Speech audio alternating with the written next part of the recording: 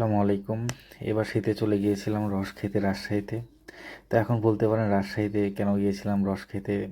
বগুড়ার আশেপাশে তো অনেক জায়গায় রস পাওয়া যায়, যেমন কাহালু, নন্দীগ্রাম এগুলো জায়গাতে। বাট এগুলো বাদ দিয়ে কেন রাজশাহীতে গেলাম রস খেতে। মূলত রস খাওয়া হয় না, কারণ নিপা ভাইরাসের কারণেই। আমরা মূলত গিয়েছিলাম রাজশাহী একটি রিলেটিভের বাসায় ঘুরতে, এবং যাওয়ার পথে দেখেছিলাম শত শত খেজুর গাছ। এটা দেখার পরে মূলত রস খাওয়ার ইচ্ছা আমাদের সবারই জাগে। তো আমি আর ছোটো চাচুর ইচ্ছাটা বেশি ছিল রস খাওয়ার, কারণ আমাদের এদিকে খুব একটা রস পাওয়া যায় না, প্রথমেই বলেছিলাম। তো বাসায় যাওয়ার পরেই আমরা 8টা থেকে 9টার দিকেই রসের অভিযানে বের হই। তো আমরা যে রিলেটিভের বাসায় গিয়েছিলাম তাদেরই অনেকগুলো খেজুরের গাছ ছিল। তো সেগুলোতে আমরা মূলত খেজুরের রস পাড়তে গিয়েছিলাম। তো জায়গাটা প্রথমে ছিল অচেনা। তো এখান থেকে আমাদের রিলেটিভের একজন সদস্য এসেছিল সাথে, এবং তাদের বন্ধুবান্ধব নিয়ে। তারা মূলত আমাদের রস খাওয়ানোর জন্য এত আয়োজন করেছিল। রস খাওয়ার মজাটা মূলত সকালবেলা ঠান্ডার মধ্যে। তো সকালবেলা পর্যন্ত অপেক্ষা করলে এটাতে বাদুড় বসবে এবং নিপা ভাইরাস হওয়ার সম্ভাবনা অনেক বেশি থাকে।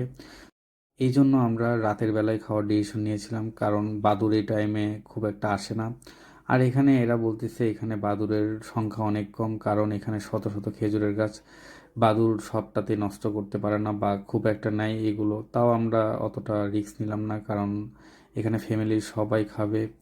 এটা ভেবে মূলত আমরা এই কাজটি করেছিলাম। কাঁচা রস খাওয়ার অনেক ঝুঁকি আছে, কারণ এটি খাওয়ার পর অনেক সময় ডায়রিয়া হয়ে যেতে পারে। তো এটা খুব তাড়াতাড়ি হয়ে যায়, এটা বোঝা যায় যে রসের মধ্যে কোনো সমস্যা আছে কি নাই। তো এগুলো ভেবে আর কি আমরা রস খাচ্ছিলাম। ভিডিওতে এত ইনফরমেশন দিলাম কারণ মানুষকে সতর্ক করা উচিত, কারণ এই ভুলের কারণে অনেক সময় অনেক কিছু হয়ে যায়, যা জীবন পর্যন্ত কেড়ে নেয় মাঝে মাঝে। তো আমাদের এগুলো থেকে সাবধান হওয়া উচিত, এই জন্যই আপনাদের এত কিছু বললাম। তো প্রথম কয়টা খেজুর গাছে ওঠার পর আমরা কাঙ্ক্ষিত রস পাইনি, তারপর আরও 2-3টাতে খুঁজছিলাম। তো দেখলাম যে খেজুরের রস পাড়ারও একটা মজা রয়েছে। এই রাতে ঠান্ডার মধ্যে এইভাবে রস খাওয়ার মজাই অন্যরকম। তো ঘুরতে ঘুরতে আমরা প্রায় একটি জঙ্গলের মধ্যে চলে এসেছিলাম। আর জানেনই রাজশাহীতে আমের জন্য বিখ্যাত। এগুলো আম বাগানের মধ্যেই মূলত খেজুরের গাছ। তো আমাদের রিলেটিভের যেগুলো গাছ ছিল সেগুলোতে এখনও রস ঠিকভাবে জমা হয়নি। তাই আমরা অন্য গাছে রস আছে নাকি সেটা দেখার জন্য গিয়েছিলাম।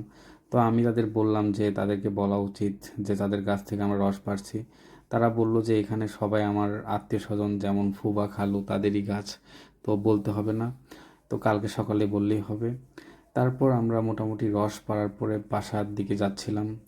সত্যি বলতে অচেনা একটা জায়গায় এভাবে রাতের বেলা রস খাওয়ার মজাটাই ছিল অন্যরকম। তা আমরা ওখানে দাঁড়িয়ে থেকেই রস খেয়েছিলাম প্রায় 2 গ্লাস 3 গ্লাস করে সবাই। তো এই অনুভূতিটা আমার চিরস্মরণীয় হয়ে থাকবে। ধন্যবাদ সবাইকে।